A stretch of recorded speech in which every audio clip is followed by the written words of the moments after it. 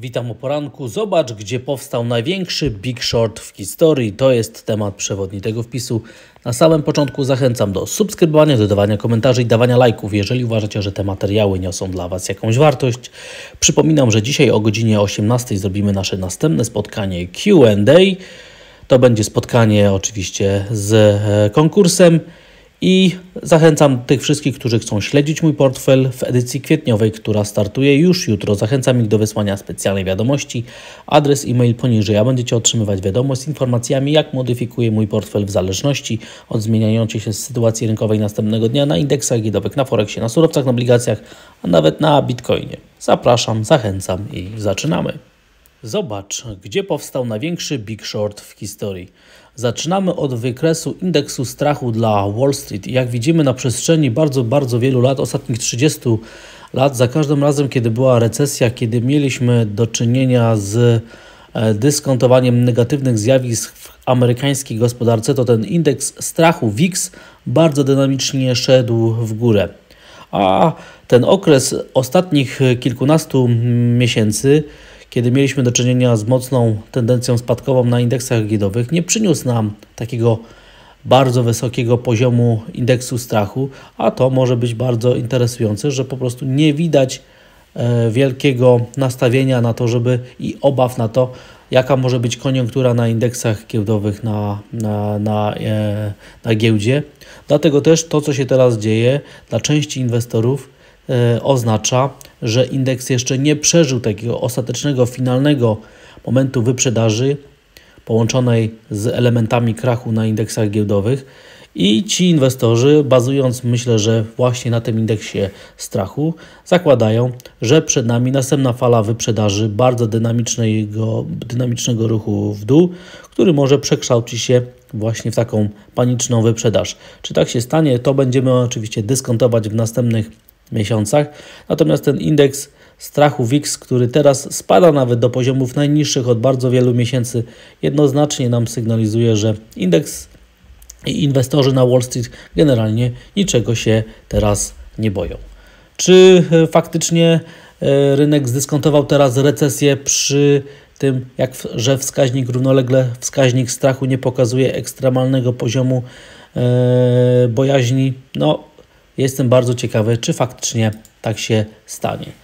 Rynek stóp procentowych. Widzimy już, że rynek cały czas jednak wycenia podwyżkę stóp procentowych o 25 punktów bazowych, kończącą cykl podwyżek stóp procentowych, ale także widzi w horyzoncie końcówki tego roku jedną klasyczną obniżkę o 25 punktów bazowych, czyli tutaj na razie niewiele się zmienia, a na następnym wykresie widzimy właśnie grudzień. Grudzień, jak zmieniają się oceny tego, co się wydarzy w polityce monetarnej i że nie udało się utrzymać rynku powyżej poziomu minus 25, czyli w rynku cały czas jest co najmniej jedna obniżka stóp procentowych do końca 2023 roku i ewidentnie zbliżając się do drugiej połowy tego roku będziemy świadkami prawdopodobnie coraz większego nastawienia rynku, że faktycznie tak się stanie. Indeksy giełdowe są na swoich maksimach tegorocznych, a te wskazania dotyczące przyszłych stóp procentowych sygnalizują nam jednak, że rynek wierzy w procesy dezinflacyjne i że one pozwolą Fedowi na pierwszą obniżkę stóp procentowych jeszcze w tym roku. Amerykańskie obligacje, jak widzimy, nie poradziły sobie na oporze 3,60. Teraz wracają w okolice dokładnie średniej 200-sesyjnej na wykresie dziennym, czyli rejon okolic 3,5%. Po prostu także tutaj należy czekać, jako że w przyszłym tygodniu mamy Fed, bardzo ważną decyzję, to ona może wygenerować nam potężny impuls i naprawdę możemy być świadkami gigantycznej zmienności, kiedy okazałoby się na przykład, że Fed jednak widzi inaczej perspektywę niż rynek teraz w kwietniu to dyskontował. No i już klasyczna odpowiedź na pytanie. Zobacz, gdzie powstał największy Big Short w historii. Ten największy Big Short w historii powstał przez hedge fundy na amerykańskich obligacjach. Zobaczmy, jak bardzo tutaj netto krótką pozycję mają właśnie ci inwestorzy, ta grupa inwestorów na amerykańskich obligacjach. Licząc na to, że będziemy świadkami następnej fali wzrostowej rentowności i spadku cen amerykańskich obligacji. No i jak widzimy tutaj ta pozycja jest tutaj ekstremalnie krótka, czyli wniosek jest jednoznaczny, że ci duzi gracze obstawiają praktycznie wszyscy, zdecydowana większość, że będzie negatywny rozwój scenariusza prawdopodobnie na inflacji, także na amerykańskich obligacjach. No i pytanie jest, czy się pomylą, czy też się nie pomylą w tej kwestii. Natomiast ja osobiście cały czas uważam, że 2023 rok będzie rokiem obligacji tak dla amerykańskich papierów, jak i dla polskich i prawdopodobnie dla tych wszystkich innych na całym świecie, jeżeli oczywiście nie dojdzie do żadnego losowego wydarzenia, które zaburzy te zachowania klasyczne, cykliczne w gospodarce na całym świecie. Czyli mówiąc w skrócie, jeżeli rynek cały czas będzie wyceniał pierwszą obniżkę stóp procentowych, a procesy dezinflacyjne będą pokazywały naprawdę bardzo mocne spadki tempa inflacji od Stanów Zjednoczonych przez Europę aż po Azję. Czyli największy big short w historii powstał na amerykańskich obligacjach. Obserwujemy to teraz właśnie na naszych oczach. No i zobaczymy w najbliższych miesiącach, czy te hedge fundy, duzi gracze, którzy teoretycznie mają większą wiedzę i oczywiście zdecydowanie większy kapitał niż każdy z nas, czy mają faktycznie rację. Następny wykres to amerykański dolar i to, że wczoraj udało się wyjść i wrócić nad poziom 1,10 powinno być jednoznacznym sygnałem dla różnych klas aktywów, w jakim kierunku rynek się pozycjonuje na końcówkę kwietnia i końcówkę pierwszego miesiąca drugiego kwartału. To, że euro-dolar rośnie, oczywiście sprzyja ryzyku na całym świecie, przede wszystkim rynkom emerging markets. Dlatego też moim zdaniem rośnie prawdopodobieństwo, że końcówka miesiąca na giełdzie papierów wartościowych na indeksie WIG20 będzie niezwykle atrakcyjna i że będziemy wyciągać indeks WIG20 na tak wysokie poziomy, jakie tylko się da, a później się po prostu zobaczy.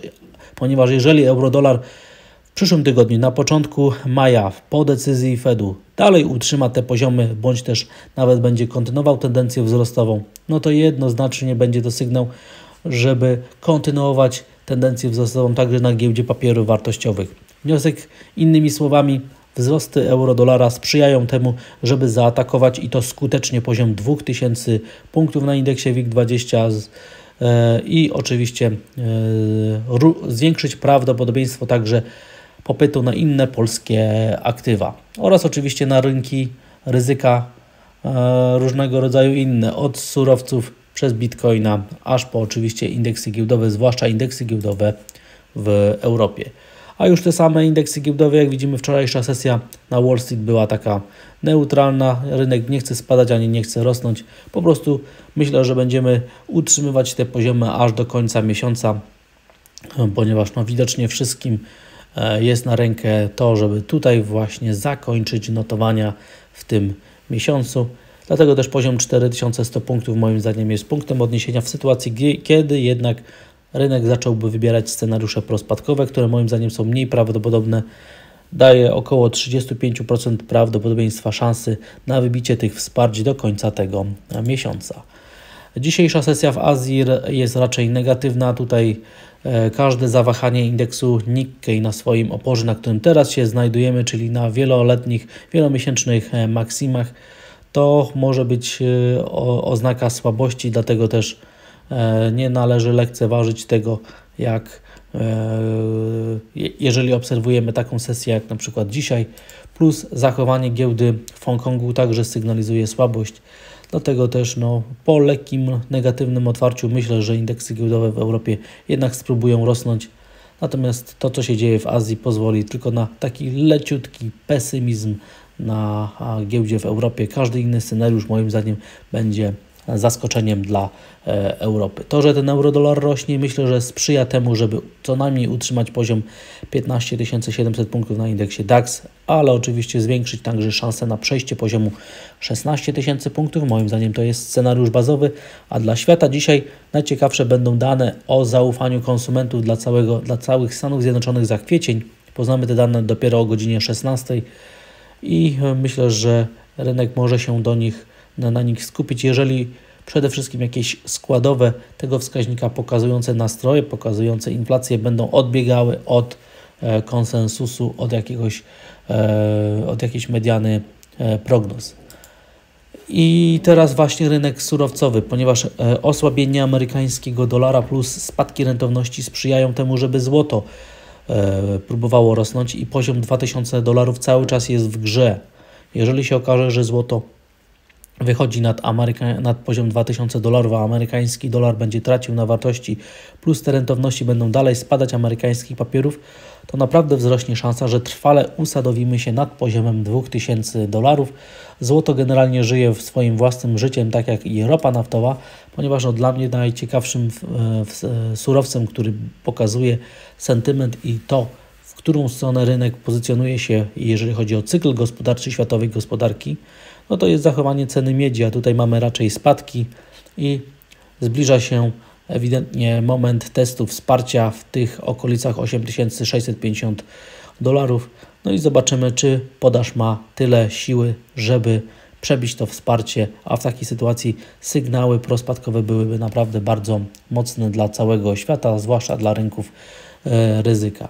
Natomiast zaczyna działać wsparcie w okolicach $76 na ropie naftowej. Mamy pierwszą próbę wzrostu po tej malutkiej fali cofnięcia.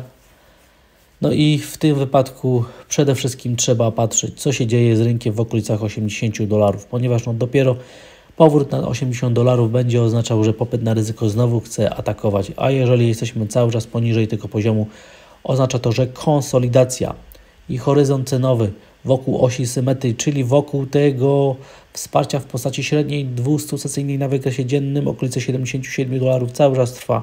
No i po prostu trzeba czekać na wybicie, na jakiś następny mocny impuls. I kolejne dwa wykresy pokazują Bitcoina. Bitcoin jakby oderwał się od tego, co się dzieje generalnie na ryzyku i mamy następny dzień był ze spadkami i te spadki już sygnalizują ochotę na pogłębienie tendencji negatywnej, w tym wypadku dla ryzyka. Tak jakby Bitcoin tutaj miał jakieś inne rzeczy do dyskontowania, ale moim zdaniem utrzymywanie nad poziomem $26 000, gdzie mamy też średnią 200-sesyjną na wykresie tygodniowym, faworyzuje jednak w średnim i w długim terminie te scenariusze prowzrostowe, dlatego takie zachowanie, jakie teraz obserwujemy, moim zdaniem tylko sprzyja temu, żebyśmy przetestowali ten poziom $26 000, a później się zobaczy, jaka jest siła popytu. Natomiast kolejny ciekawy wykres dotyczący Bitcoina pokazuje, jak rynek tutaj myśli, do czego służy Bitcoin i do czego służą generalnie kryptowaluty. No jak widzimy, 40% z ankietowanych uważa, że przede wszystkim do tradingu i do spekulacji. Naprawdę tylko do tego. 20% z nich uważa, że to jest oszustwo, że kryptowaluty to jest po prostu oszustwo. A tylko 17% uważa, że transakcje na blockchainie to jest główne zastosowanie kryptowalut. Natomiast ja przychylam się do tej opinii, że Bitcoin i kryptowaluty na razie pełnią rolę aktywa spekulacyjnego, tylko i wyłącznie oderwanego do jakiejś faktycznej rzeczywistości. Więc ja generalnie wpisuję się w ten model, który tutaj widać na tej ankiecie bloombergowej. Uważasz, że moja praca ma sens i jakoś Ci pomogła? To pod filmem kliknij w podziękuj, a potem kup i wyślij mi premię. Bardzo dziękuję za docenienie. Andrzej Stefaniak. A teraz część poświęcona polskim aktywom, ponieważ wzrosty euro-dolara to jest, jak powiedziałem, miód dla tych wszystkich, którzy uważają, że polskie aktywa będą kupowane. No i faktycznie tak się dzieje. Za nami następna fala umocnienia krajowej waluty. Wygląda na to, że euro-złoty usadowi się trwale poniżej poziomu 4,60. Będziemy prawdopodobnie świadkami następnej fali umocnienia złotego względem amerykańskiego dolara z potencjałem ku temu, żeby ruszyć już ostatecznie w kierunku poziomu 4 złotych. Jeszcze raz przypominam, zjawisko rosnącego euro-dolara to jest bardzo dobre zjawisko także dla całej polskiej gospodarki, ponieważ przede wszystkim umacnia się złoty do amerykańskiego dolara, a my importujemy węglowodory w amerykańskim dolarze, więc to pozwala dodatkowo zbijać inflację. To jest czynnik, który pozwala doprowadzić do tego, żeby te procesy dezinflacyjne faktycznie były pogłębione. Natomiast umocnienie złotego względem euro jest zdecydowanie bardziej osłabione, a polski eksport przede wszystkim opiera się na euro. Dlatego też wzrost euro-dolara jest tak bardzo zbawienny dla polskiej gospodarki. No i z tego zdecydowanie bardzo korzystamy. Co jest ciekawe, pamiętajmy, że to zjawisko umocnienia złotego wynika przede wszystkim z ruchu na euro-dolarze i widać to także na zachowaniu węgierskiego forinta, który też w październiku ustanowił swoje ekstremum i umacnia się. Jesteśmy na dobrej drodze do tego, żeby zobaczyć następne wielomiesięczne minima na parach związanych z węgierskim forintem. I widzimy naprawdę, że przede wszystkim to, co się dzieje na rynkach emerging markets, a rynek krajowej waluty dla większości inwestorów cały czas jest rynkiem emerging markets, wynika przede wszystkim z tendencji na amerykańskim dolarze, czyli na euro-dolarze, albo słabości, albo siły amerykańskiego dolara. Teraz, kiedy euro-dolar rośnie, oznacza to, że kapitał z Wall Street wypływa i szuka na całym świecie stopy zwrotu i rynki emerging markets, rynek węgierskiego forinta, polskiego złotego, polskich aktywów są idealne do tego, żeby szukać tutaj stopy zwrotu. Nie tylko na wzroście cen aktywów, ale także na zmianie rynku, na ryzyku kursowym, ponieważ umocnienie złotego, umocnienie węgierskiego forinta daje dodatkową ekstra stopę zwrotu dla tych wszystkich inwestorów ze Stanów Zjednoczonych.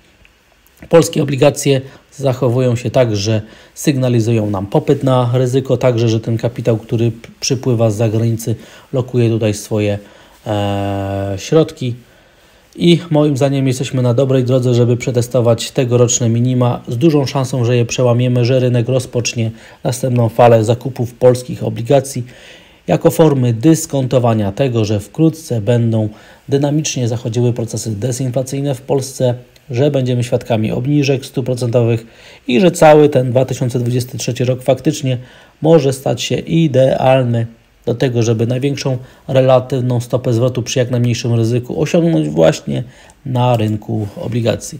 I giełda papierów wartościowych. Jako że euro-dolar rośnie, to moim zdaniem rośnie prawdopodobieństwo, że będziemy świadkami następnych szturmów indeksu WIG20 na swoje opory. Moim zdaniem zachowanie giełdy w Chinach będzie zlekceważone. Tutaj rynek będzie raczej koncentrował się na zachowaniu euro-dolara niż zachowaniu giełd w Azji. Dlatego ja osobiście jestem optymistą i w tym wypadku spodziewam się, że być może będziemy świadkami punktowego testu oporów jeszcze przed końcem tego miesiąca na indeksie WIG20, być może nawet szturmu na poziom 2000 punktów. Cała świeca miesięczna zapowiada się, że będzie bardzo atrakcyjna i prowzrostowa, a to będzie oczywiście silnie korelowało z tym, jak zachowuje się euro-dolar. Dziękuję za odsłuchanie tego materiału. Zachęcam do subskrybowania, dodawania komentarzy i dawania lajków. Jeżeli uważacie, że te materiały niosą dla Was jakąś wartość, przypominam, że dzisiaj o godzinie 18 będzie nasze następne spotkanie Q&A, czyli pytania i odpowiedzi. I także tych wszystkich, którzy chcą śledzić mój portfel w edycji kwietniowej, która startuje już jutro. Zachęcam ich do wysłania specjalnej wiadomości, adres e-mail poniżej, a będziecie otrzymywać wiadomość z informacjami, jak modyfikuję mój portfel w zależności od zmieniającej się sytuacji rynkowej następnego dnia na indeksach giełdowych, na Forexie, na surowcach, na obligacjach, a nawet na Bitcoinie, bez względu na to, czy mamy hossę, bessę, inflację, deflację, kryzysy, krachy, wojny i wszystkie inne losowe wydarzenia, które od czasu do czasu dzieją się na rynkach finansowych. Zapraszam, życzę dzisiaj dodatniej dużej stopy zwrotu i widzimy się i słyszymy dzisiaj po południu. Wszystkiego dobrego i pozdrawiam!